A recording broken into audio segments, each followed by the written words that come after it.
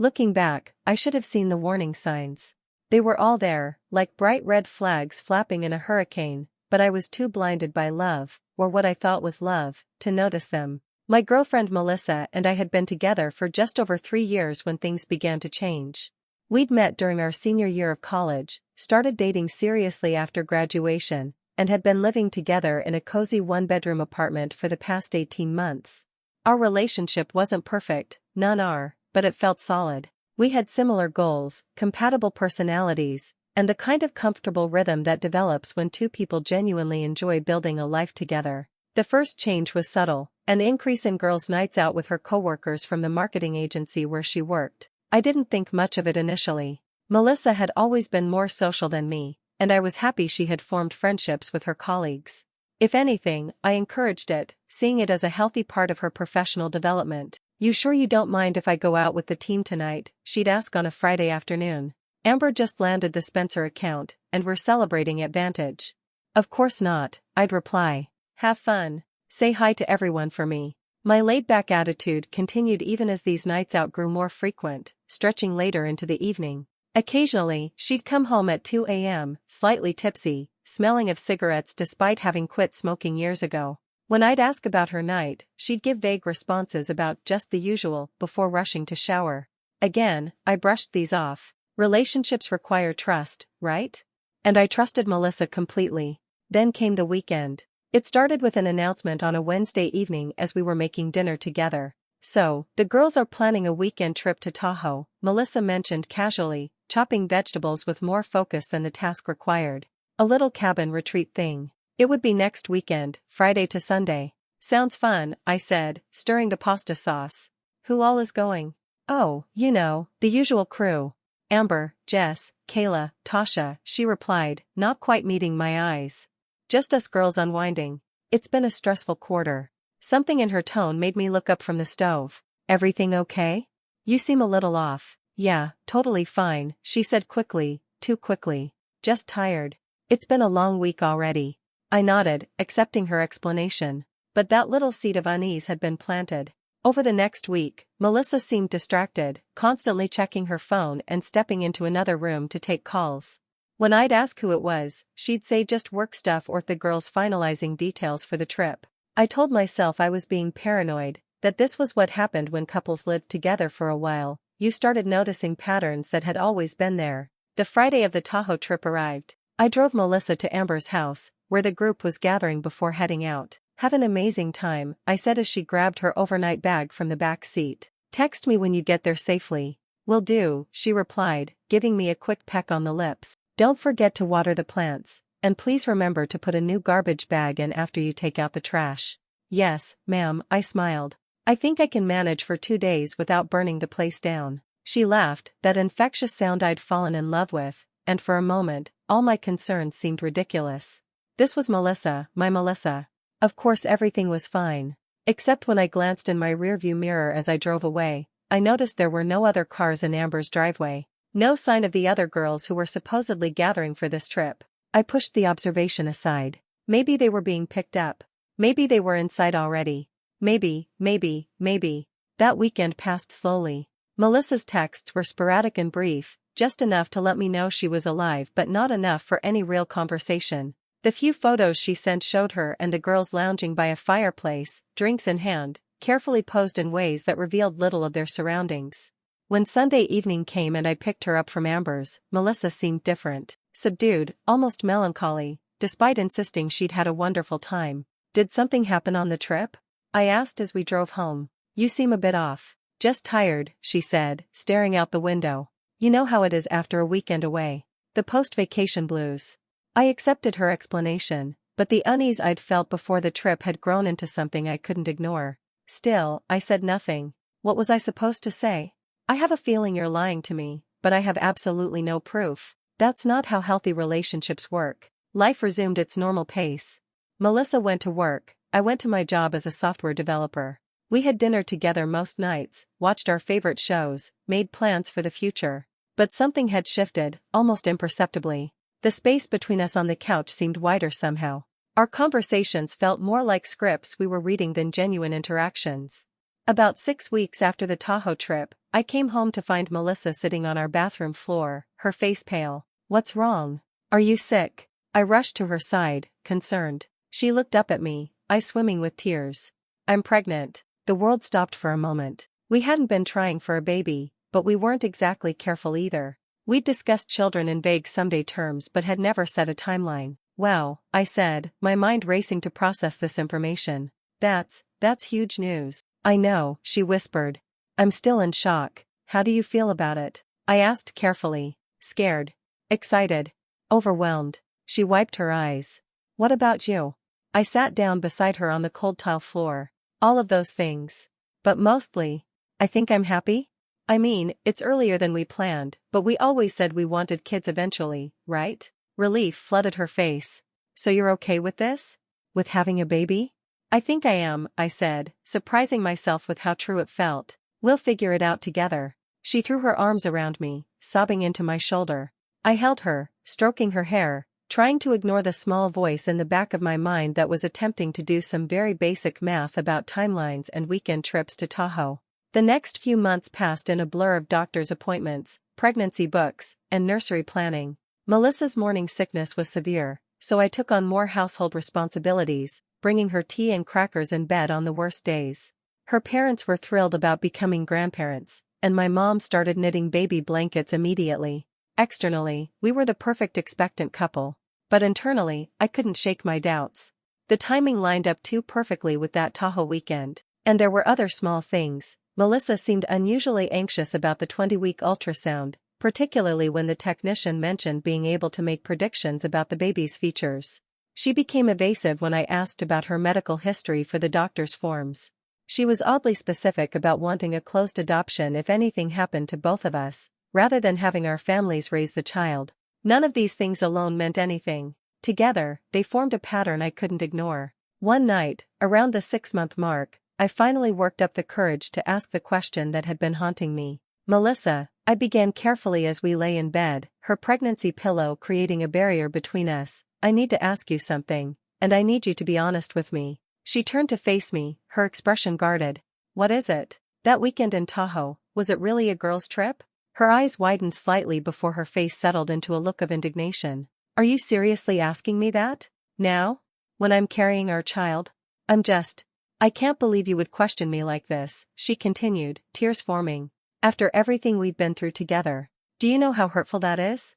Do you know what the stress of accusations like that could do to the baby?" And there it was, the emotional manipulation that made me the villain for even asking. I backpedaled immediately, apologizing, assuring her that of course I trusted her, that pregnancy hormones were making me crazy too. She eventually forgave me, but things were strained between us for weeks afterward. I never brought up my concerns again, but they didn't go away. If anything, they grew stronger as her due date approached. I began to make a plan. Not a confrontation, I'd learned my lesson there, but a way to know for certain, one way or the other.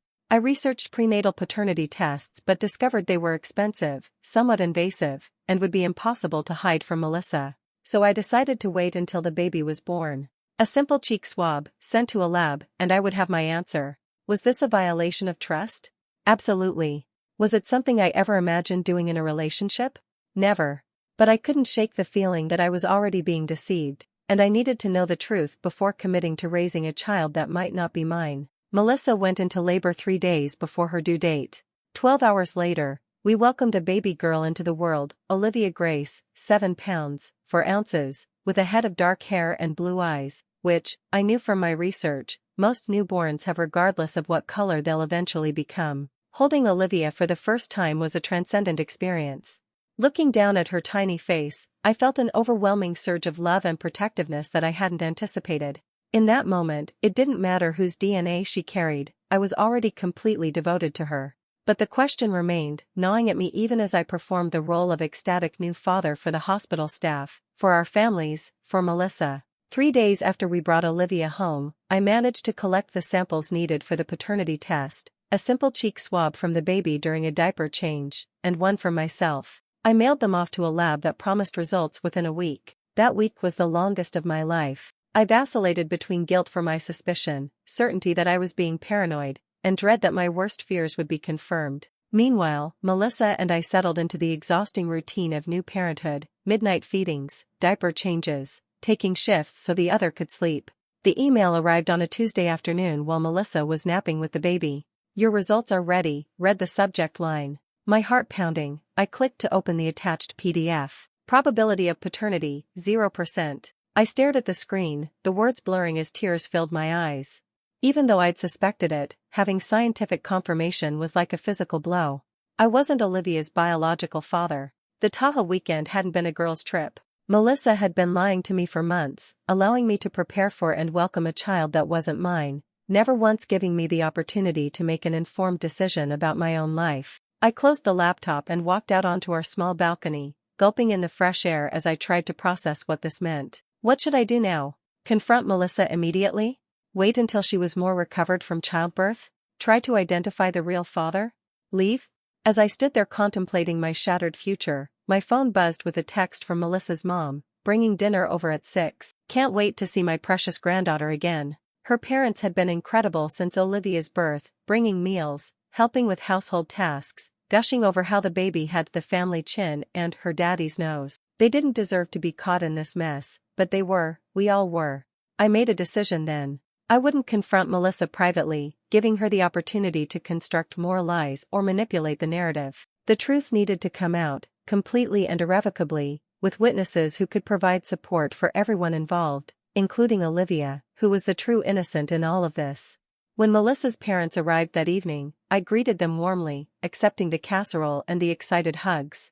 Melissa emerged from the bedroom with Olivia, looking exhausted but happy as she handed the baby to her mother. "She's been fed and changed," Melissa said. "Should be content for a little while." We moved to the living room, making small talk about how the first few days at home had been. As Melissa's dad helped serve the food, I knew my window was closing. Once we started eating, it would be even harder to say what needed to be said. "Before we eat," I began, my voice steadier than I expected, "there's something I need to discuss with all of you." Melissa glanced up sharply, a flash of alarm crossing her face. "Can it wait? Mom and Dad just got here, and I'm starving." "I'm afraid it can't wait," I said. "It's about Olivia. Is something wrong with the baby?" Melissa's mom asked immediately, looking down at the infant in her arms. "No, Olivia is perfect," I assured her. "But there is something you all need to know."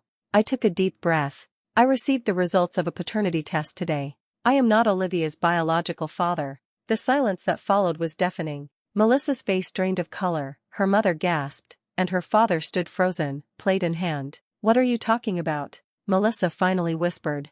"Of course you're the father. Why would you even get a test?" "Because I've had doubts since that girls' weekend in Tahoe," I replied, meeting her gaze directly. The timing aligned perfectly with this pregnancy. "You've been evasive about medical questions. And most importantly, I could feel that something wasn't right, that you were hiding something from me. You had no right to test my baby without my knowledge," Melissa said, her shock giving way to anger. "That's a violation of—" "Don't," I interrupted. "Don't talk to me about violations after what you've done. You've been lying to me for months. You've allowed me to prepare for and welcome a child that isn't mine. You've accepted congratulations and gifts and support under false pretenses. And worst of all, you robbed me of the chance to make an informed decision about my own life." Melissa's mother spoke next, her voice trembling. "Melissa, is this true? Is there a possibility that someone else is Olivia's father?" Melissa looked trapped, her eyes darting between her parents and me. I don't. Please don't lie anymore," I said quietly. "The test is conclusive. 0% probability of paternity. The only question now is whether you're going to be honest about who the actual father is." Melissa's composure crumbled entirely. "It was a mistake," she sobbed. "One horrible mistake. The girls' trip, it wasn't. I met up with an ex Ryan, from college. It was just supposed to be closure, but we had too much to drink, and it didn't mean anything." Her father sat down heavily. "You've been lying to all of us? For months?" "I was scared," Melissa cried. "I found out I was pregnant, and I didn't know what to do. I thought maybe it was still James's. The timing was close enough, and then it was too late to come clean without losing everything. I'm sorry. I'm so sorry." I looked at her, this woman I had loved and trusted for years, and felt nothing but a hollow ache. "You need to contact Ryan," I said. "He has a right to know about his daughter." "What?" Melissa looked panicked. "No, James, please. We can work through this. We can still be a family. You already love Olivia, I've seen it in your eyes. Biology doesn't have to matter. It matters that you lied, I said simply. It matters that you took away my choice. It matters that you were willing to let me raise another man's child without my knowledge or consent. This isn't just about DNA, it's about trust, and respect, and basic human decency. Melissa's mother stood up, still holding Olivia. I think we all need some time to process this, she said, her voice thick with emotion. Melissa, get your things. You'll stay with us tonight. Mom. This isn't a discussion, her father interjected. James deserves space, and you clearly need time to reconsider your priorities and decisions. As they gathered Melissa's and Olivia's essential items, I sat motionless on the couch, feeling strangely detached from the scene unfolding before me. When they were ready to leave, Melissa's mother approached me, Olivia still in her arms. Would you like to say goodbye to her? She asked gently. I looked down at the sleeping infant, this tiny person who had done nothing wrong, who was caught in a web of adult deception and poor choices. I leaned down and kissed her forehead softly. I'm sorry, little one, I whispered. None of this is your fault. Melissa tried one more time as they headed for the door. James, please. We can talk about this. We can figure it out. I shook my head. There's nothing to figure out. It's over, Melissa. I'll have my attorney contact you about terminating any legal responsibilities I might have as the presumed father. Beyond that, I don't want any further communication. After they left, the apartment felt cavernous in its silence. I wandered from room to room, past the nursery we had painted together, the crib I had assembled, the rocking chair where I had imagined spending countless hours with my child. None of it had been real. I poured myself a drink and stepped out onto the balcony, watching the city lights flicker on as evening descended. My phone buzzed repeatedly with messages from Melissa, from her parents, from friends wondering what had happened. I ignored them all. Tomorrow would bring logistical challenges, legal consultations, living arrangements, explanations to family and friends. But tonight, I needed to mourn. Not just the loss of a child who was never truly mine, but the loss of the future I had planned, the relationship I had believed in, and the trust one had given so completely to someone who had never deserved it. My girlfriend's girls' night out had indeed ended with a DNA test, and the complete unraveling of the life we had built on a foundation of lies. The days following the confrontation blurred together in a haze of practical decisions and emotional numbness. I took a week off work, explaining to my manager that I was dealing with a family emergency, a phrase that felt both accurate and entirely inadequate to describe the collapse of my life as I knew it. My first stop was a family law attorney's office, where I learned the complexities of my situation. Since Melissa and I weren't married, I hadn't automatically been listed as Olivia's father on the birth certificate, a small bureaucratic mercy that would make legally disentangling myself slightly easier. However, having acted as her father from birth and being in a relationship with Melissa during conception, I could still potentially be considered the presumptive father in some legal contexts. The DNA test is crucial evidence, the attorney, Diane Keating, explained. Given the circumstances, no court would likely force paternal responsibilities on you. However, we should file the appropriate paperwork quickly to ensure there's no ambiguity. I signed the forms she prepared, feeling a strange detachment as I formally severed my legal connection to a child I had held in my arms just days earlier. Diane promised to handle the communications with Melissa's side, a relief I hadn't known to ask for but appreciated deeply. My phone continued to buzz with messages I couldn't bear to read. I eventually silenced all notifications except for calls from my parents, my boss, and my attorney.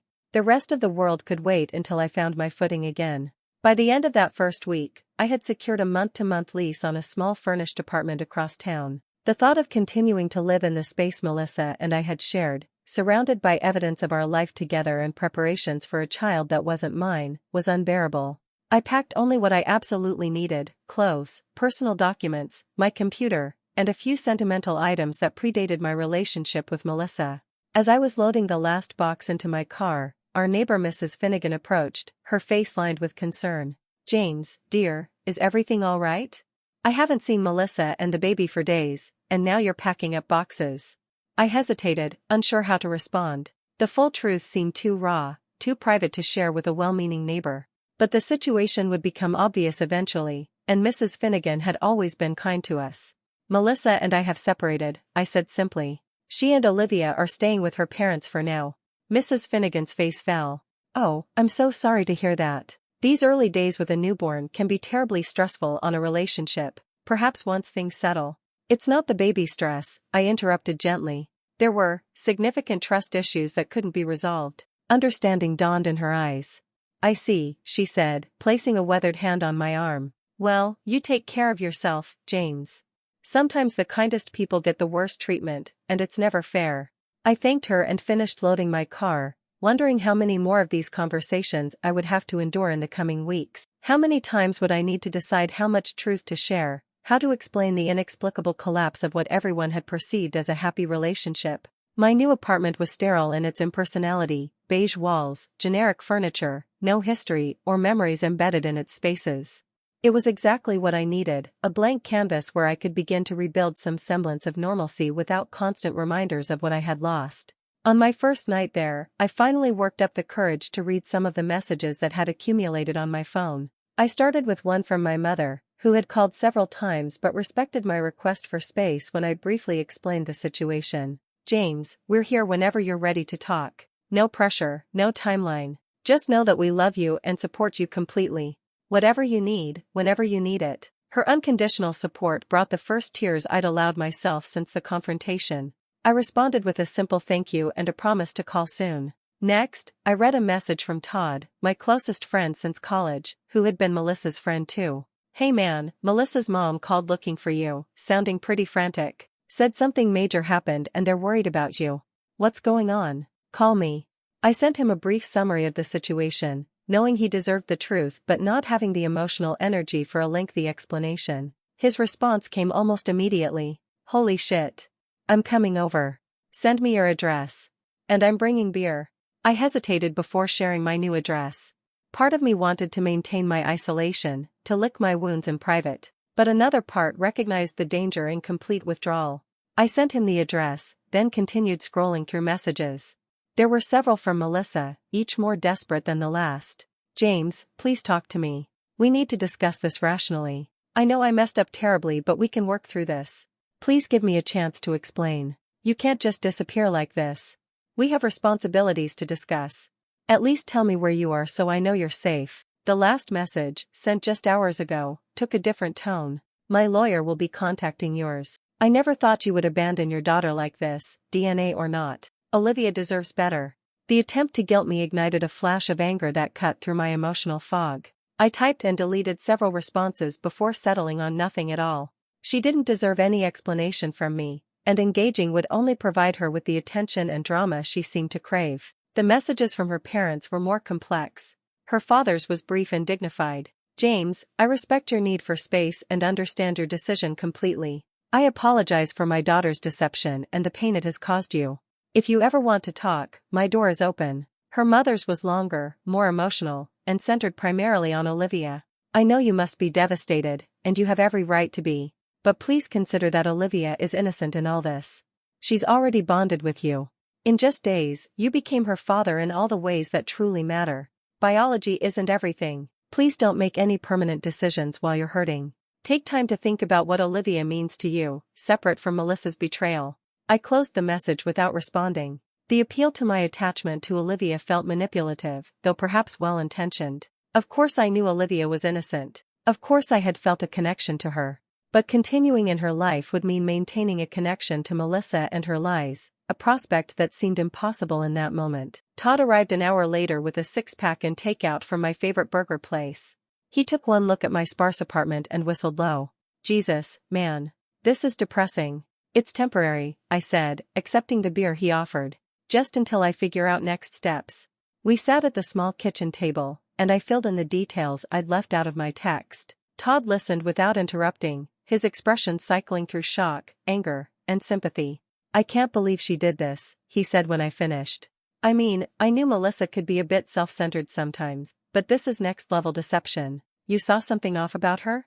I asked, surprised. You never said anything. Todd looked uncomfortable. Nothing specific, just, sometimes the way she'd talk about your relationship when you weren't around. Like she'd settled, or like she was doing you a favor by being with you. I figured it was just her venting, you know? Everyone complains about their partner sometimes. His words stung, but they also confirmed a nagging feeling I'd had but ignored, that Melissa had never valued our relationship as much as I had. That perhaps she'd stayed because I represented stability and security rather than because she truly loved me for who I was. Anyway, Todd continued, clearly trying to move past the awkward moment. What can I do? What do you need? Want me to go get more of your stuff from the apartment? Actually, that would be helpful, I admitted. There are some things I left that I'll need eventually, but I can't face going back right now. Consider it done. Give me your key and a list, and I'll go this weekend. We spent the rest of the evening talking about everything except Melissa and Olivia, work projects, the latest video games, plans for a fishing trip Todd had been trying to organize for months. For a few hours, I almost felt like myself again, or at least a version of myself that could eventually be okay.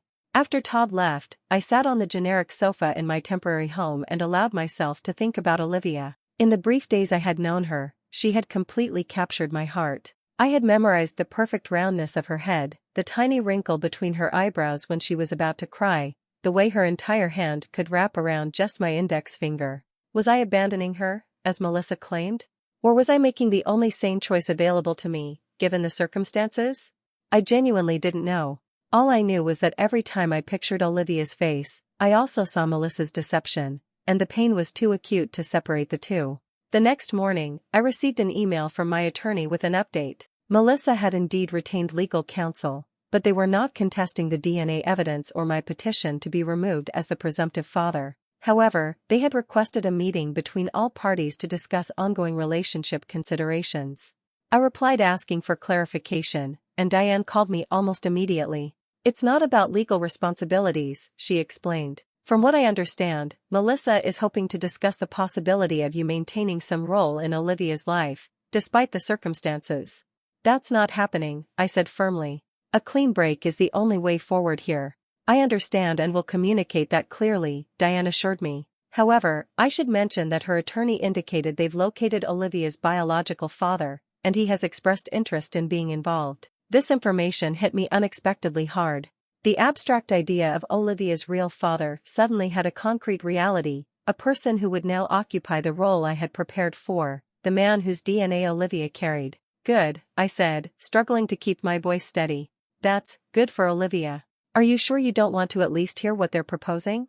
Diane asked carefully. You don't have to agree to anything, but sometimes having all the information helps with closure. I considered this. Fine. Set up the meeting. But make it clear that I'm not interested in any ongoing relationship. I'm attending solely to ensure all legal matters are properly addressed. The meeting was scheduled for the following week at Diane's office.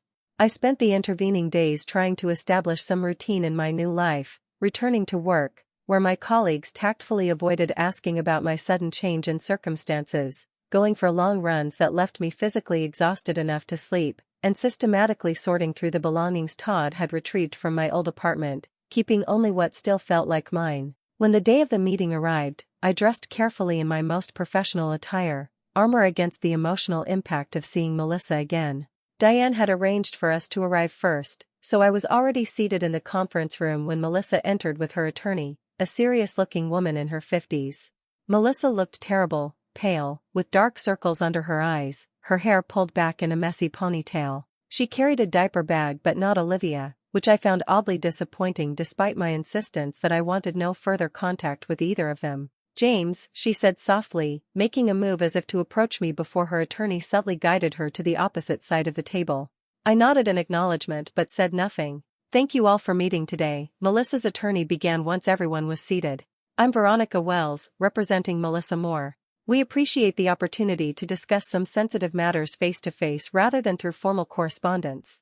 As I've communicated previously, Diane responded, my client is here to finalize the legal separation and ensure all paternity matters are clearly resolved. He is not interested in discussing any ongoing relationship with Ms. Moore or the child. Veronica nodded.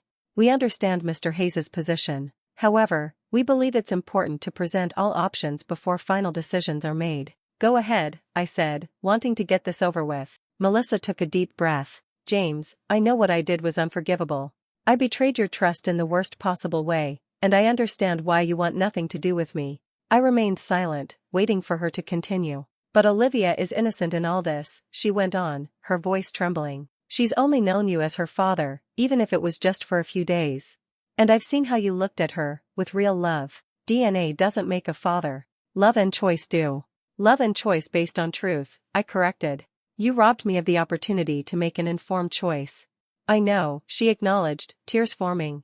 And I will regret that for the rest of my life, but I'm asking you to consider whether punishing me should mean walking away from a child you cared about. I'm not punishing anyone, I said evenly. I'm making a decision based on what's healthiest for everyone involved, including Olivia. She deserves stability and honesty in her life. She deserves to know her actual father, not live in the middle of a toxic situation created by deception. About that, Veronica interjected.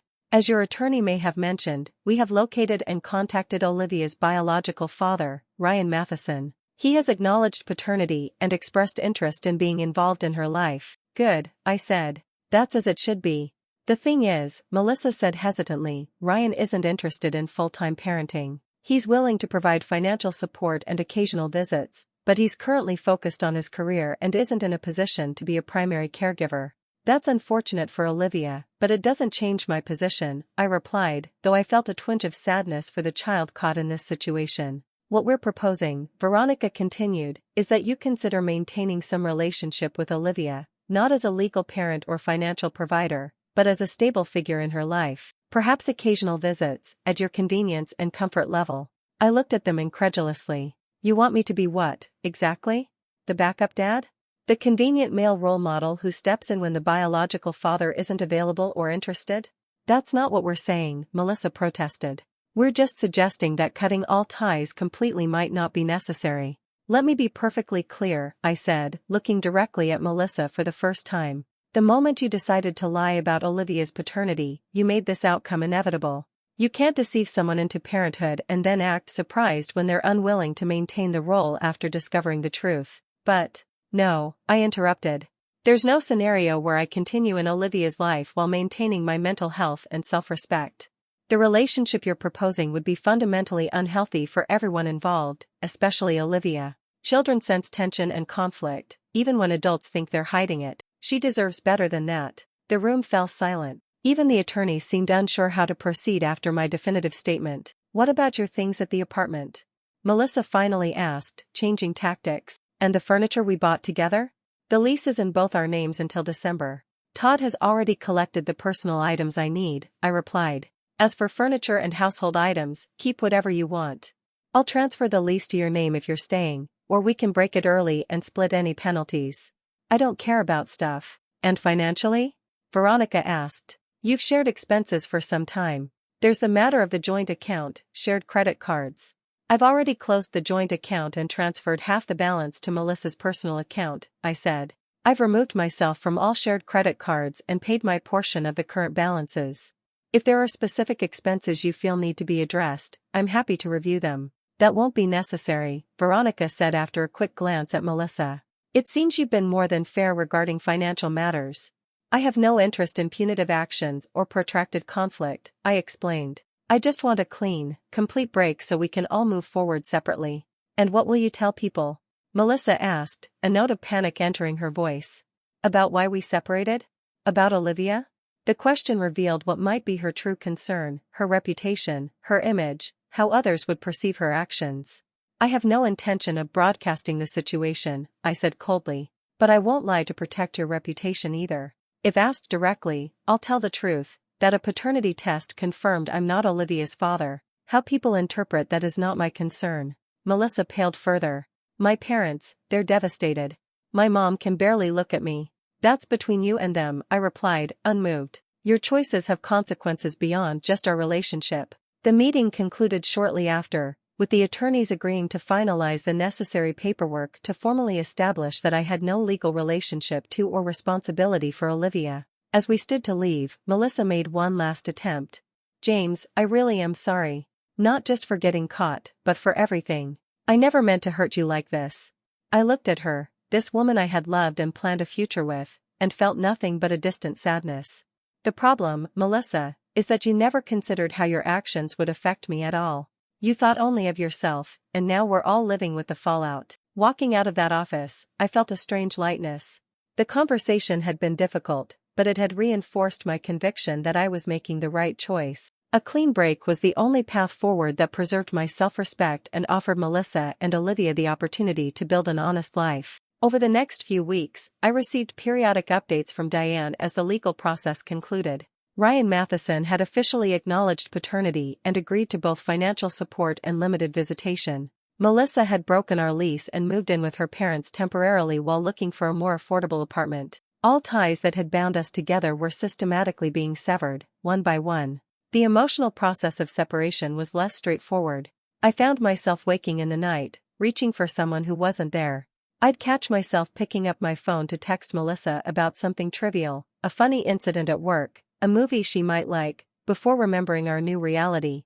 Worst were the moments when I thought of Olivia, wondering how she was growing, if her blue newborn eyes had begun to change color, if she still made that particular sound before crying. But alongside the grief ran a parallel track of recovery. I joined a gym and began working out regularly. I reconnected with friends I'd neglected during the intensity of preparing for Olivia's birth. I started therapy, where I could speak freely about the anger and betrayal without concern for social niceties or others' comfort. 6 weeks after moving out, I ran into Amber, one of Melissa's co-workers, supposedly part of the girls' trip to Tahoe, at a coffee shop. Her face registered shock when she saw me, quickly followed by discomfort. "James," she said awkwardly. How are you?" "Getting better," I replied honestly. "How about you?" "I'm fine," she said, not meeting my eyes. "I heard about everything. I'm really sorry." I studied her, this woman who must have known about Melissa's deception, who might even have helped cover for her. "Were you really in Tahoe that weekend?" I asked directly. She flinched. James, I don't think." "It's okay," I interrupted. "I'm not looking to create drama. I just want to know how elaborate the lie was. How many people were involved in deceiving me?" Amber looked miserable. "There was no girls' trip," she admitted.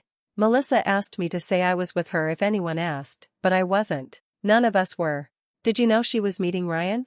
She nodded reluctantly. She said they needed closure after running into each other at a work event, that it was just for conversation, to finally end things properly. Amber hesitated.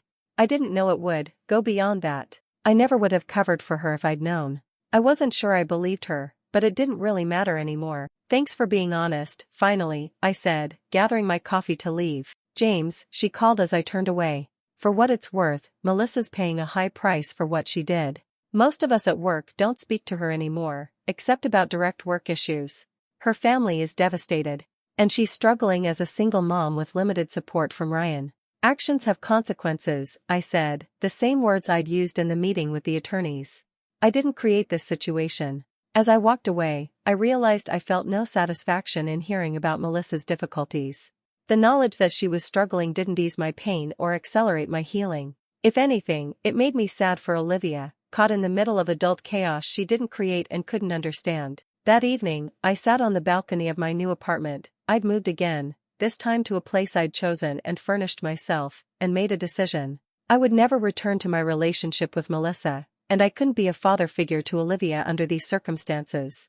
But I could ensure that Olivia had resources for her future, separate from her parents' choices. The next day, I met with my financial advisor and set up a college fund for Olivia. It wasn't a large amount initially, just a few $1,000s, but I arranged for automatic monthly contributions that would grow it significantly by the time she reached adulthood. I listed Melissa's parents as the trustees rather than Melissa herself, trusting their integrity based on our previous interactions. I included a letter explaining that this fund came with no expectations or strings attached.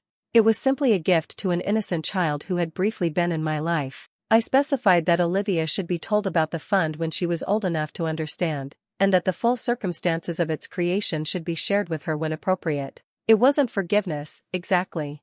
I wasn't sure I would ever fully forgive Melissa for her deception, but it was a step toward peace, an acknowledgement that even in the most painful human situations, we retain the power to act with compassion. 3 months after the confrontation that had changed everything, I sat in my therapist's office, reflecting on the journey. I still have moments of anger, I admitted. Days when I can't believe she did this to me, to us. But they're less frequent now, less overwhelming. That's significant progress, Dr. Bennett observed. What do you think has helped most in your healing process? I considered the question carefully. Boundaries, I said finally. Being clear about what I could and couldn't accept, what I was and wasn't willing to do.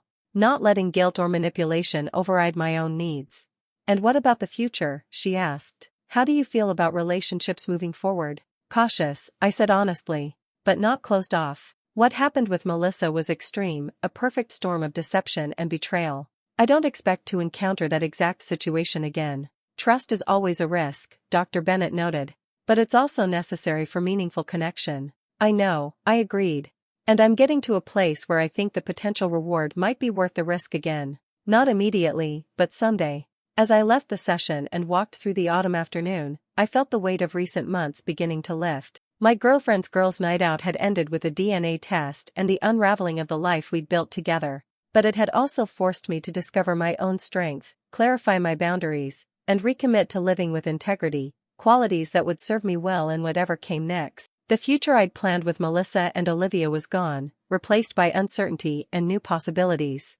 It wasn't the path I would have chosen, but it was the one before me now, and I was finally ready to walk it with my head held high. 1 year after the DNA test that changed everything, I stood in my kitchen, preparing dinner for a date.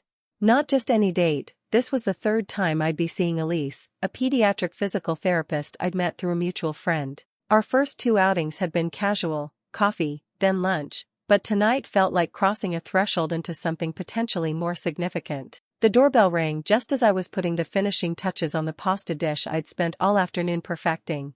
I wiped my hands, checked my reflection quickly in the hallway mirror, and opened the door. "Hi," Elise said, smiling warmly. She held up a bottle of wine. "I brought this. I hope it pairs well with whatever smells so amazing." "It's perfect," I assured her, accepting the bottle and stepping aside to let her in. "Thanks for braving my cooking. I should warn you that my culinary skills are still very much in development. I like a man who admits his limitations," she teased, following me to the kitchen. "Need any help?" We fell into an easy rhythm, her tossing the salad while I drained the pasta and warmed the bread. The conversation flowed naturally, covering her challenging day at the pediatric clinic and a difficult project I was troubleshooting at work. There was none of the awkwardness I'd feared after nearly a year of limiting myself to casual friendships. Over dinner, Elise mentioned an upcoming charity event for the children's hospital where she worked. "It's black tie, very formal, probably boring," she said, twirling pasta around her fork. "But it's for a good cause, and I get 2 tickets as staff. Would you be interested in going? No pressure if it's not your thing." The invitation hung between us, clearly more significant than just a casual outing. I hesitated, weighing my readiness for a public appearance as someone's date, essentially announcing to the world that I was moving forward romantically. "I'd like that," I found myself saying, surprising even myself with how true it felt. Elise's smile brightened. "Great. It's 2 weeks from Saturday. I'll send you the details." After dinner, we moved to the living room with our wine glasses. The conversation gradually shifted to more personal territory, family backgrounds, college experiences, previous relationships. I'd been dreading this inevitable turn, unsure how much to share about Melissa and the past year. "So," Elise said eventually, her tone careful but direct, "Mark mentioned you went through something difficult recently. A breakup?"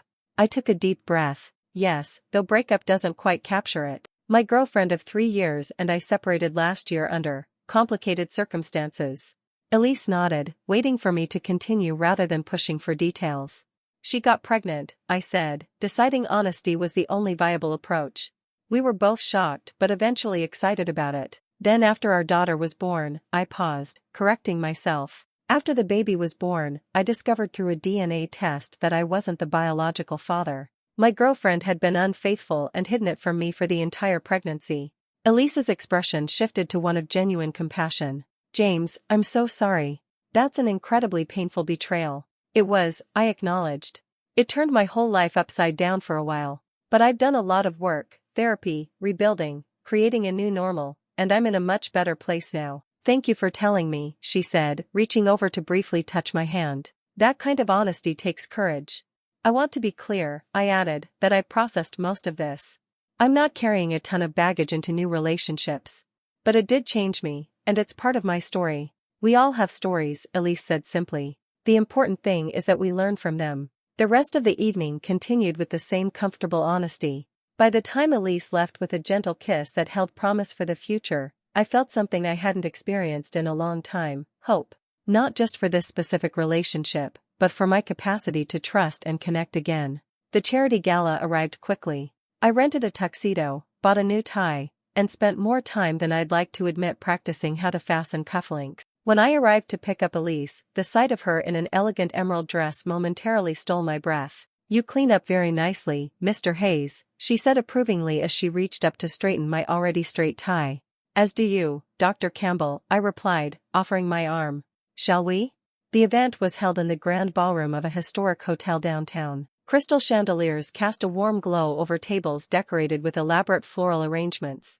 A string quartet played softly in one corner, and servers circulated with champagne and hors d'oeuvres. "I should warn you," Elise murmured as we entered, "there will be a lot of hospital staff here. Which means introductions, small talk, and possibly some well-intentioned but nosy questions." "I think I can handle it," I assured her, squeezing her hand lightly. For the first hour, everything went smoothly. Elise introduced me to colleagues and administrators, all of whom were polite and welcoming. We enjoyed the past appetizers, bid on a few silent auction items to support the cause, and even ventured onto the dance floor for a slow number. It was during a brief moment alone while Elise spoke with her department head that I felt a tap on my shoulder. Turning, I found myself face to face with the last person I expected to see, Margaret Moore, Melissa's mother. "James," she said, clearly as surprised as I was. "I had no idea you would be here." "Margaret," I managed, recovering quickly. "I'm here with a friend who works at the Children's Hospital." "Are you here with Robert?" I glanced around for Melissa's father. "Yes, he's speaking with some colleagues from his law firm. They sponsor a table every year." She hesitated. "You look well, James." "Thank you. So do you." The politeness felt strained but necessary. "How is everyone?" Margaret seemed to understand the carefully worded question. "We're all managing. Olivia is thriving, growing so fast, starting to babble. Melissa is." She paused. "She's finding her way as a single mother. It hasn't been easy." I nodded, unsure what response was appropriate. I certainly didn't wish hardship on Melissa, but neither could I honestly express concern for her well-being. "And Ryan?" I asked, curious despite myself about the man whose DNA Olivia carried. Margaret's expression tightened slightly. "He sees Olivia twice a month, pays his support on time. That's about the extent of his involvement." Before I could respond, Elise returned to my side. "Sorry that took so long," she said, then noticed the tension in my posture and the woman standing before us. "Hello, I'm Elise Campbell." "Margaret Moore," she replied, extending her hand. "I'm a family friend of James." I appreciated her discretion, however technically inaccurate her description. "Margaret is the grandmother of the baby I mentioned," I explained quietly to Elise, whose eyes widened slightly in understanding. "It's nice to meet you," Elise said with genuine politeness, though her hand found mine in a subtle gesture of support. "You as well," Margaret replied. Her eyes lingered on our clasped hands for a moment before returning to my face.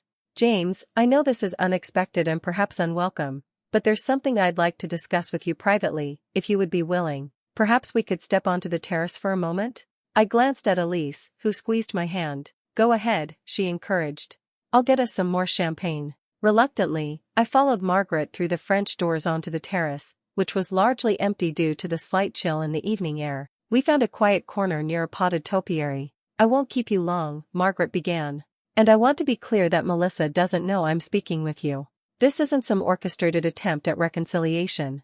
"I appreciate that," I said cautiously. "What is it you wanted to discuss?" "First, I want to thank you for the college fund you established for Olivia." She held up a hand when I began to respond. "Robert and I were deeply moved by your generosity, especially given the circumstances. It speaks volumes about your character." "It wasn't for Melissa," I said quietly. "It was for Olivia. She's innocent in all of this." "I know," Margaret nodded. "And that's partly why I wanted to speak with you. We received notification about a month ago that you've been making regular contributions to the fund." I shifted uncomfortably. I hadn't intended for them to be notified of the ongoing deposits, just the initial establishment of the account. "It's automated." "Not a big deal." "It is to us," Margaret insisted. "And it would be to Olivia someday. Which brings me to my question." She took a deep breath. "Would you consider meeting her? Just once, on your terms, in whatever setting makes you comfortable." The request hit me like a physical blow. "Why?" I managed. "What purpose would that serve?" "Because someday she's going to learn about the man who, despite having no biological connection or obligation, cared enough to secure her future." Margaret's eyes were earnest. "She's going to have questions about you, and I thought perhaps having met you, even just once, might help us provide more meaningful answers." I leaned against the stone balustrade, mind racing. I made a deliberate decision to make a clean break, Margaret, for everyone's well-being, including Olivia's. I understand that decision completely, she assured me. And I'm not asking you to reconsider your overall position. Just one meeting, that's all. You could even think of it as closure if that helps. Does Melissa know you're asking this? No, Margaret admitted. And she would probably be furious if she knew. She's been trying so hard to create a stable environment for Olivia without any reminders of everything that happened. I considered the request carefully. On one level, it seemed unnecessarily painful, reopening wounds that had finally begun to heal. On another, I couldn't deny a persistent curiosity about Olivia's development, a lingering attachment that hadn't fully dissolved despite all logical reasons it should have. I need to think about it, I said finally. This isn't something I can decide on impulse. Of course, Margaret said quickly. Take all the time you need. I can give you my number, or you can reach me through the trustees of the college fund. I'll let you know, I promised, though I wasn't entirely sure I would. When I returned to the ballroom, Elise was waiting with 2 champagne flutes and a questioning expression. I gave her a reassuring smile that felt more confident than I actually was. Everything okay? She asked, handing me a glass. Yes, I said, deciding honesty was the best approach. Margaret asked if I would consider meeting Olivia, the baby, just once. For closure, essentially. Elise's eyebrows rose slightly. Wow. That's a lot to process at a charity gala. Tell me about it, I agreed, taking a larger sip of champagne than I'd intended. I told her I'd think about it. And will you? Think about it, I mean. I nodded slowly. I think I have to. But that doesn't mean I'll agree to it. Elise studied my face. For what it's worth, I think the fact that you're even considering it shows remarkable growth and compassion, given everything that happened. Her assessment warmed me more than the champagne had. Thank you. That means a lot coming from you. We rejoined the gala activities, successfully avoiding further encounters with the Moore family for the remainder of the evening. By the time I dropped Elise at her apartment, the unexpected meeting with Margaret had receded in immediate importance, though it continued to linger in the back of my mind. I had a wonderful time, Elise said as we stood at her door. Despite the surprise encounter with your ex's mother. So did I replied honestly. And I'm sorry about that awkwardness. Not exactly the carefree evening I had planned. Life rarely goes according to plan, she said with a small smile. What matters is how we adapt. When I leaned in to kiss her goodnight, it was different from our previous goodbyes, deeper, more meaningful, a silent acknowledgement that something significant was developing between us. Over the next few days, Margaret's request continued to occupy my thoughts. I discussed it with Dr. Bennett during our weekly session, laying out the pros and cons as I saw them. Meeting Olivia might provide a sense of closure, I acknowledged. And there's a part of me that's curious about her, that wonders if she's thriving, what she looks like now. Those are natural feelings, Dr. Bennett assured me. You formed a bond with her, however briefly. But it also feels like potentially reopening a wound that's finally starting to heal, I continued. And I worry about boundaries. Would this lead to expectations for more involvement? Would it somehow imply forgiveness of Melissa that I don't actually feel? Dr. Bennett nodded thoughtfully. Those are valid concerns. What does your intuition tell you? I considered the question carefully. That seeing Olivia once, in a controlled setting, might help me fully close this chapter. But I would need very clear parameters and expectations. Then perhaps that's your answer, she suggested. Not whether to meet her, but under what specific conditions you would be comfortable doing so. Armed with this insight, I drafted an email to Margaret outlining my terms, a brief meeting at a neutral location like a park or cafe, no Melissa present, only Margaret and Olivia, no photos of me with the baby, and a clear understanding that this was a one-time occurrence, not the beginning of any ongoing relationship. Margaret's response came quickly, accepting all conditions without negotiation. We arranged to meet the following Saturday at a small park near the edge of town, weather permitting. As the day approached, I found myself increasingly nervous. I mentioned the upcoming meeting to Elise during our 4th date, a casual dinner at her apartment. Are you sure you're ready for this? She asked, concern evident in her voice. Not entirely, I admitted. But I think it's something I need to do, for my own peace of mind if nothing else. Would it help if I came with you? Not to the actual meeting, she clarified quickly, but maybe to drop you off and pick you up after. Just for moral support. The offer touched me deeply. That's incredibly kind, but I think this is something I need to do alone. Rain check on that support for another difficult life event? She smiled warmly. Absolutely. Standing offer. Saturday arrived with perfect early autumn weather, cool but sunny, the trees just beginning to show hints of color. I arrived at the park 15 minutes early, choosing a bench near a small playground where I could see anyone approaching. My heart raced as I spotted Margaret walking along the path, pushing a stroller. As they drew closer, I stood, hands shoved in my pockets to hide their slight trembling. Margaret offered a tentative smile. "James. Thank you for agreeing to this." I nodded, my eyes drawn to the stroller. From this angle, I could only see tiny shoes kicking occasionally. "She just woke up from her nap in the car," Margaret explained, maneuvering the stroller so I could see its occupant. Olivia sat bundled in a light jacket, a small knit hat covering hair that had grown into dark curls. Her eyes, no longer the newborn blue I remembered, were a deep brown, currently wide with curiosity as she took in her surroundings. At just over a year old, she had lost the generic newborn appearance and developed distinct features, some I recognized from Melissa, others that must have come from Ryan. "She's beautiful," I said softly, the words escaping before I could consider them. "Would you like to sit?" Margaret gestured to the bench. "She's usually content in the stroller for a little while if she has a snack." We sat, and Margaret handed Olivia some Cheerios from a small container, which the baby accepted with chubby fingers and intense concentration. "She's very focused," I observed. "Takes her snacks seriously." Margaret smiled. "She's determined about everything. Started walking at 10 months and hasn't slowed down since. Robert says she's going to be a lawyer like him, already argues about everything in her own way." For the next 20 minutes, we engaged in careful conversation about Olivia's development, her personality traits, her current favorite things. Margaret kept the discussion centered entirely on the baby, never mentioning Melissa or any broader family dynamics, respecting the boundaries I'd established. When Olivia began to fuss, clearly tired of being confined, Margaret unbuckled her and lifted her out of the stroller. "Would you like to say hello to James?" she asked the baby softly, not forcing any interaction but creating the opportunity.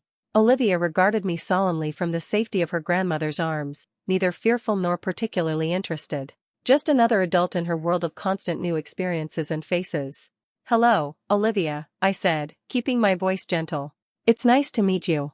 She continued to study me for a moment before offering what might have been a smile, then turned her attention back to the remaining Cheerios in her hand. The interaction was brief, ordinary, and yet profoundly moving. This child who had briefly been the center of my world was now a separate being, developing her own personality, completely unaware of the complex adult emotions swirling around her existence.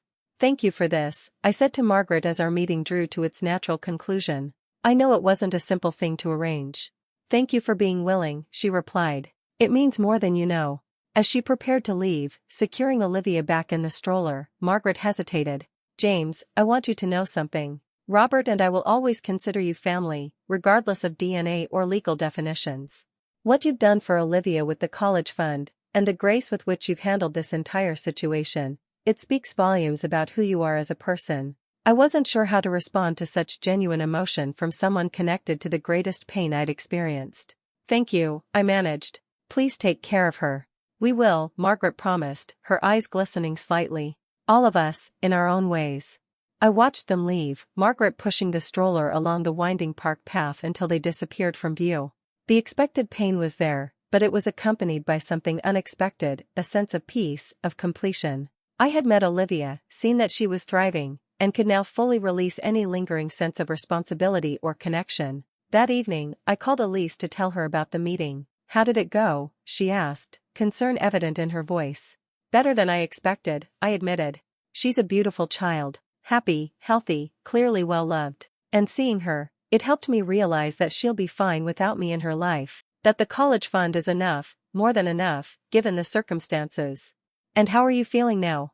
I considered the question carefully. "Like I've finally closed a door that was left partially open. Like I can move forward now without any backward glances." "I'm glad," Elise said softly. "You deserve that peace. Would you like to come over tomorrow?" I asked, the question feeling significant somehow. "I could make breakfast. Then maybe we could spend the day together, no specific plans, just being together." "I'd like that very much," she replied, and I could hear the smile in her voice. After we hung up, I sat on my balcony watching the city lights come on as dusk descended. The journey from that fateful discovery to this moment had been painful beyond description, filled with betrayal, grief, anger, and eventually healing. But sitting there, anticipating a day with Elise tomorrow and feeling genuinely excited about the future, I realized something important. The DNA test that had ended my relationship with Melissa had also, paradoxically, freed me to build something more authentic, with myself first, establishing clear boundaries and values, and now potentially with someone who approached relationships with honesty and directness. My phone buzzed with a text from Elise, just checking, should I bring anything tomorrow? I smiled as I replied, just yourself. That's more than enough. And it was. The future stretched before me, uncertain but full of possibility, a blank canvas rather than a shattered picture I was trying to reassemble. My girlfriend's girls' night out had ended with a DNA test and the collapse of the life I thought I was building. But from those ashes, something new and potentially more meaningful was emerging, built on a foundation of hard-won wisdom and authentic connection. It wasn't the path I would have chosen, but it was turning out to be exactly where I needed to go. 3 years after the DNA test that changed everything, I stood in the backyard of the house Elise and I had purchased together 6 months earlier, watching her arrange flowers on the outdoor dining table. Our friends would be arriving soon for a housewarming barbecue, a celebration long delayed by renovations and busy work schedules, but finally happening on this perfect summer afternoon. Do you think we have enough food? Elise asked, adjusting a sunflower in the centerpiece. Todd eats like he's still 22 and running marathons. We have enough to feed a small army, I assured her, wrapping my arms around her waist from behind. And if we run out, there's always pizza delivery. She leaned back against me, a gesture that had become as natural as breathing over our years together. Good point. No one leaves hungry on my watch. The doorbell rang, signaling the first arrivals. I'll get it, I offered, kissing her cheek before heading inside. Life had settled into a rhythm I wouldn't have thought possible in the dark days following Melissa's betrayal. Elise and I had dated for a year before moving in together, taking our time to build a solid foundation of trust and communication. The proposal came 6 months after that, a simple, heartfelt question asked during a weekend hike to a mountain overlook. The wedding had been small but joyful, just close friends and family celebrating with us on the rooftop garden of a downtown restaurant. Now we had this house, a 1940s bungalow with character and charm that we were slowly making our own. Elise's pediatric physical therapy practice was thriving, and I had recently been promoted to senior developer at my firm. We were discussing starting a family soon, conversations that felt exciting rather than anxiety-inducing because they were based on complete honesty about our fears, hopes, and expectations. I opened the front door to find Todd and his wife Mia, arms loaded with beer and a homemade pie. First one's here, as usual, Todd announced, handing me the 6-pack. Mia insisted we couldn't be fashionably late to a housewarming. You're right on time, I assured them, accepting Mia's warm hug. Everyone else should be here within the hour. Come on through to the backyard, Elise is obsessing over flower arrangements. I heard that. Elise called from behind me, appearing in the hallway to greet our friends. The afternoon unfolded exactly as we'd hoped. Good friends, good food, laughter, and conversation flowing as freely as the drinks. Our social circle had evolved over the years, now a blend of my longtime friends like Todd, Elise's colleagues from the hospital, and couples we'd met together through various activities and connections. As I manned the grill, flipping burgers and checking chicken, I caught glimpses of Elise moving among our guests, refilling drinks, ensuring everyone had what they needed, laughing at something Mia said. The sight filled me with a quiet contentment that still sometimes surprised me with its depth. Todd approached with 2 fresh beers, handing one to me. Look at you, master of the domestic domain. If someone had told me 3 years ago that you'd be here, happy and hosting barbecues in your backyard, I'm not sure I would have believed them. Me neither, I admitted, accepting the beer. There were some dark days there for a while. Todd nodded, his expression growing serious. I was worried about you, man. Really worried. After everything with Melissa and the baby. Olivia, I supplied automatically. Though I hadn't seen her since that day in the park with Margaret, I had always made a point of using her name rather than referring to her impersonally. Right, Olivia, Todd continued. After all that, you were in such a bad place. Shut down, going through the motions but not really living. Seeing you now. He gestured around at the house, the gathering, Elise laughing with friends across the yard. It's like watching someone come back to life. I flipped the last burger before responding. That's exactly what it was. Coming back to life, but as a different person. Someone who sees things more clearly now. Well, I'm happy for you, brother. You deserve this. Todd clinked his beer against mine. And Elise is amazing. Perfect match.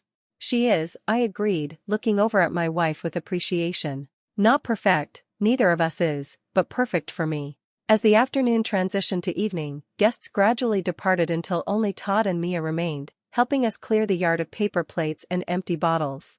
Leave that, Elise insisted when Mia started washing serving platters. We can deal with it tomorrow. At least let us help carry everything inside, Mia countered. Then we'll get out of your hair. As the four of us made the final trip to the kitchen with the remaining items, Todd's phone buzzed. He glanced at it, then did a visible double take. Everything okay?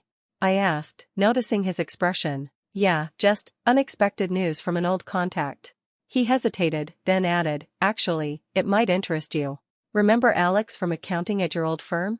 He just texted that Melissa is back in town. The name hit me like a physical impact, though not with the pain I might once have expected. Just surprise, and a dull curiosity. Back in town? I repeated. I didn't know she'd left. Todd looked uncomfortable. Yeah, she moved away about a year after everything. Took a job in Seattle, I think. Apparently she's returned for some family reason, her dad's retirement or something. Elise moved subtly closer to me, not possessive but supportive. That's bound to happen in a city this size, she said pragmatically. People circle back eventually. It doesn't matter, I assured both of them, and was slightly surprised to realize I meant it. That chapter of my life is completely closed. Todd nodded, clearly relieved by my reaction. Good. Just thought you should know, in case you run into her somewhere. After Todd and Mia left, Elise and I collapsed onto the porch swing, physically tired but content with the success of our gathering. The evening had cooled to a pleasant temperature, and the string lights we'd hung in the backyard cast a warm glow over the space. So, Elise said after a comfortable silence, how do you really feel about Melissa being back in town? I considered the question seriously, appreciating as always Elise's directness. Honestly? It's strange, but it doesn't really affect me emotionally. Like hearing that a distant acquaintance has moved back, mildly interesting information, but not personally significant. She studied my face, her therapist's instincts clearly checking for signs of hidden distress. That's healthy, I think. It's been long enough that the acute pain is gone, but recently enough that you're still aware of the lessons learned. Exactly, I agreed. I'll always be grateful for those lessons, as painful as they were at the time. Without them, I might never have become someone capable of what we have now. Elise smiled, leaning her head against my shoulder as we gently swung. Well, if we do run into her, we'll handle it with grace. No drama necessary. That's one of the many reasons I love you, I said, kissing the top of her head. Your unfailing pragmatism in potentially awkward situations. We sat in comfortable silence for a while longer before heading inside, leaving the cleanup for tomorrow as promised. As we prepared for bed, I found myself reflecting on the strange circular nature of life, how Melissa's return to town had been announced on the very day we'd celebrated our new home with friends, a symbolic intersection of past and present that felt meaningful somehow. 3 days later, I was picking up coffee at the shop near my office when the theoretical possibility of running into Melissa became an unexpected reality. She was standing at the counter waiting for her order, her back to me as I entered. I might not have recognized her except for the distinctive way she tucked her hair behind her ear, a gesture I had once found endearing and now found strangely distant, like recalling a scene from a movie watched long ago. I considered leaving before she noticed me, but that felt cowardly and unnecessary. Instead, I joined the line, maintaining my usual morning routine. When she turned with coffee in hand and saw me, her eyes widened in recognition. James, she said, her voice carrying a mixture of surprise and uncertainty. Hello, Melissa, I replied, keeping my tone neutral but not cold. I heard you were back in town. She nodded, clutching her cup like a shield. Yes, my father retired last month. We came back for the celebration and decided to stay. He's having some health issues, and my mother needs the support. Though we didn't escape my notice.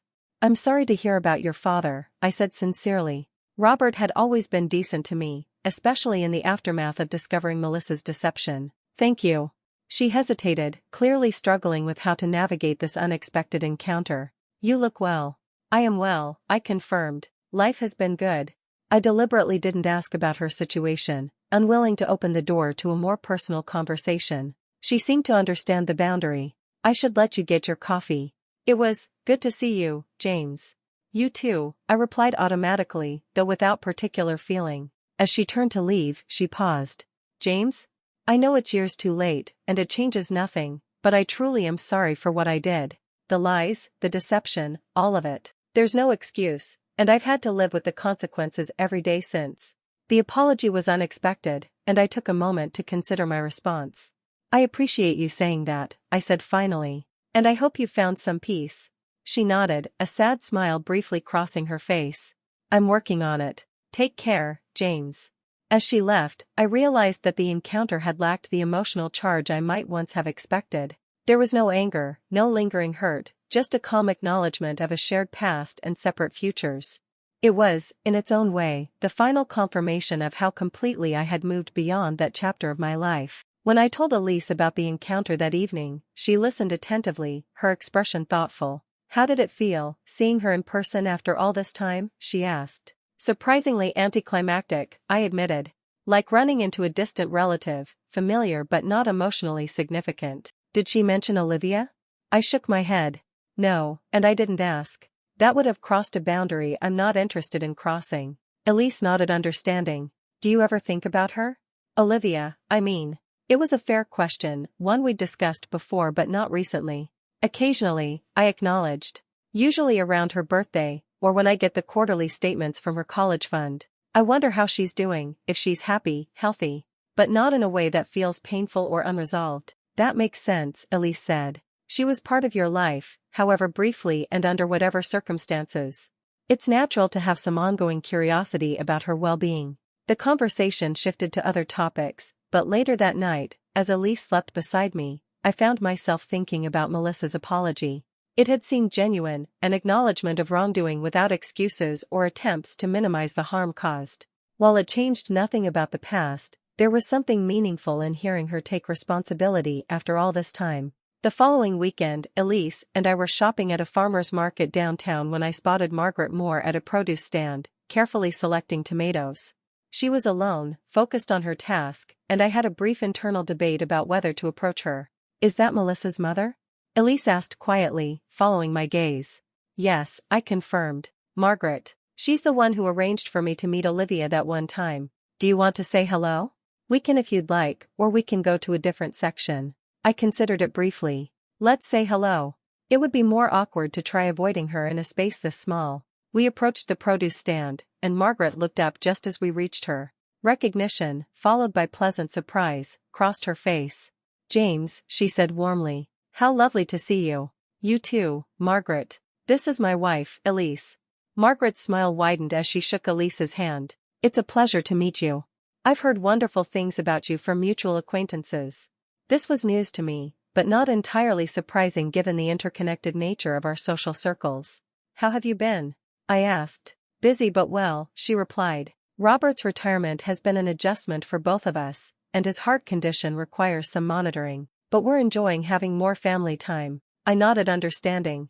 I ran into Melissa earlier this week. She mentioned you were all back in town. Yes, we decided it made sense to consolidate, Margaret confirmed. Melissa and Olivia were in Seattle for almost 2 years, but managing long distance with Robert's health concerns became too difficult. The mention of Olivia was casual but deliberate, I suspected, an opening if I wanted to inquire further. How is Olivia doing?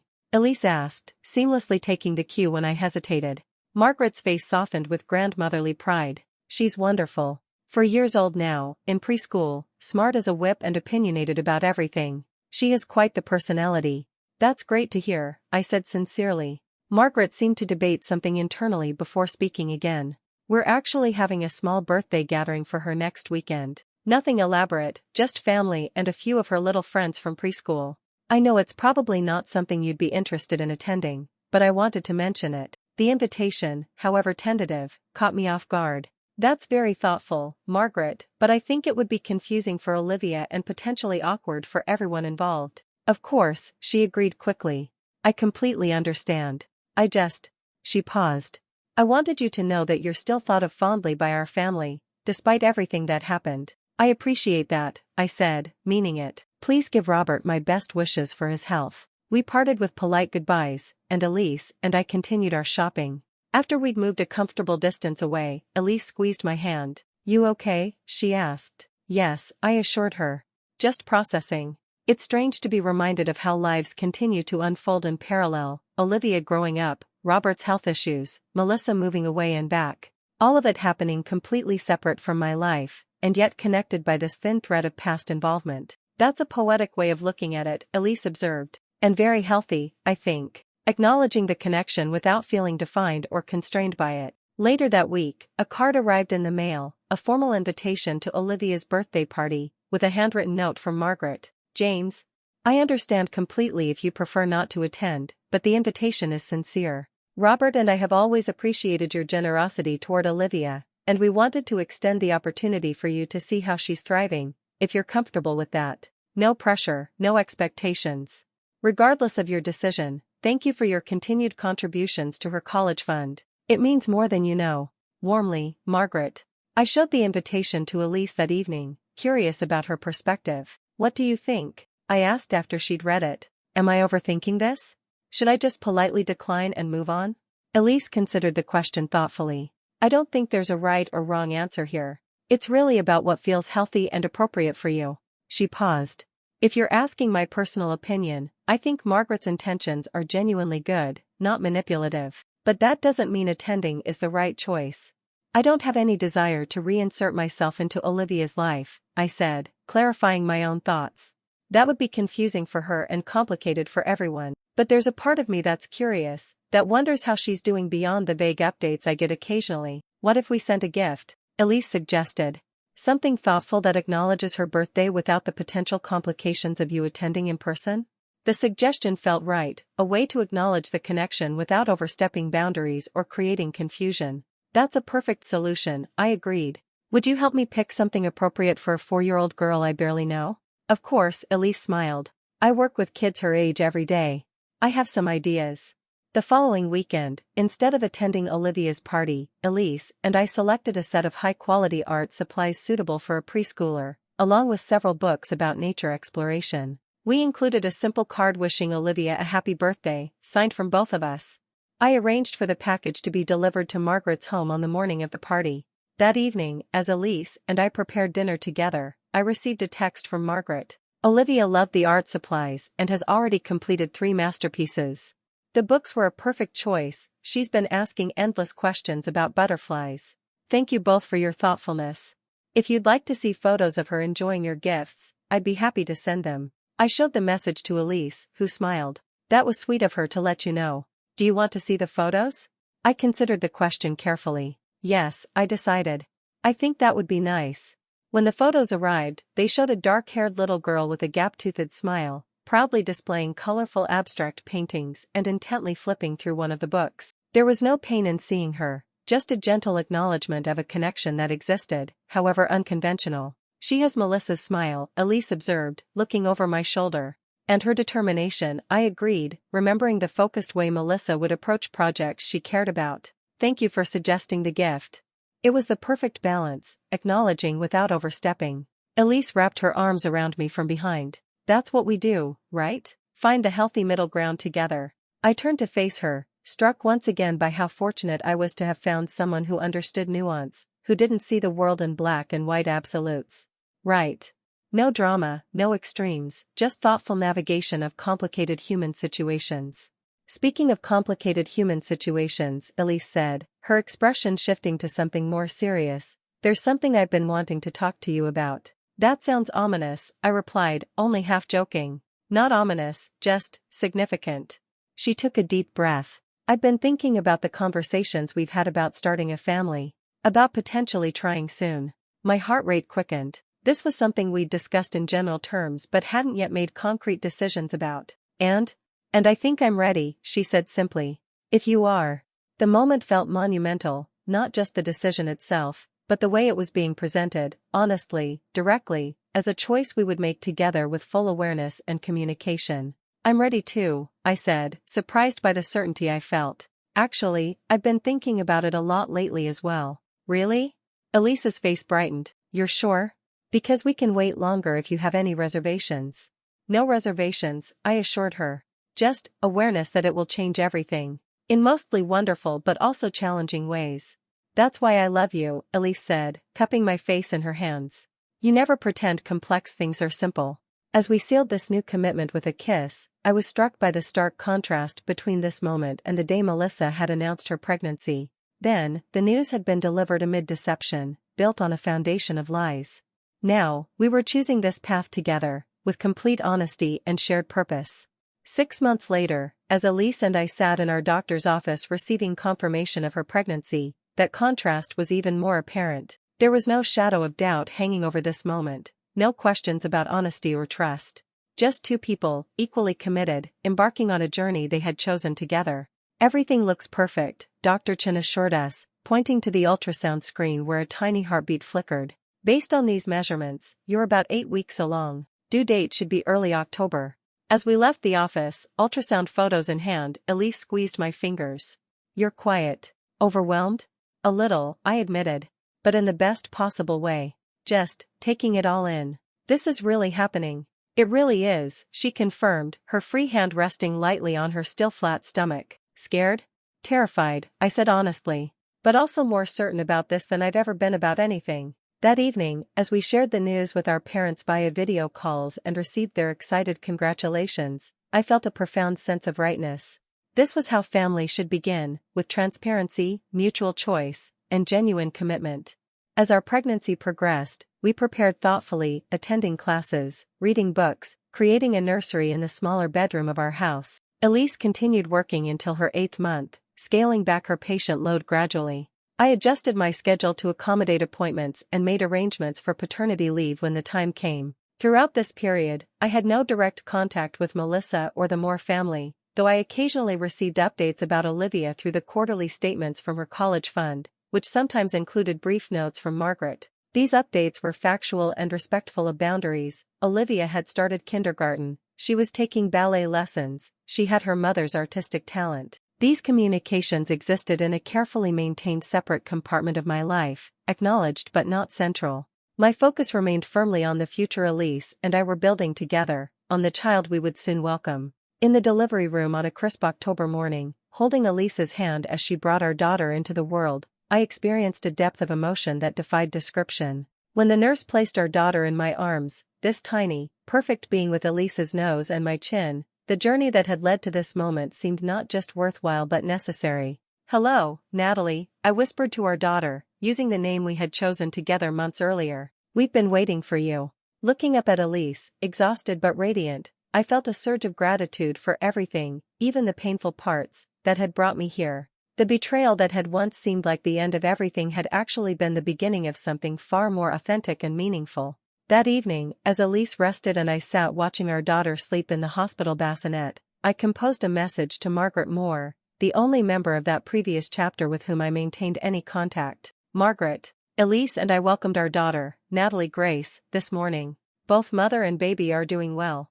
I wanted to share this news with you, as you've been kind enough to keep me updated on Olivia's milestones over the years. Life has a way of coming full circle, often in ways we least expect. The path that led me here wasn't one I would have chosen, but I found peace with it, largely because it brought me to where I am now, a place of genuine happiness and fulfillment. I hope this finds you and your family well. Sincerely, James."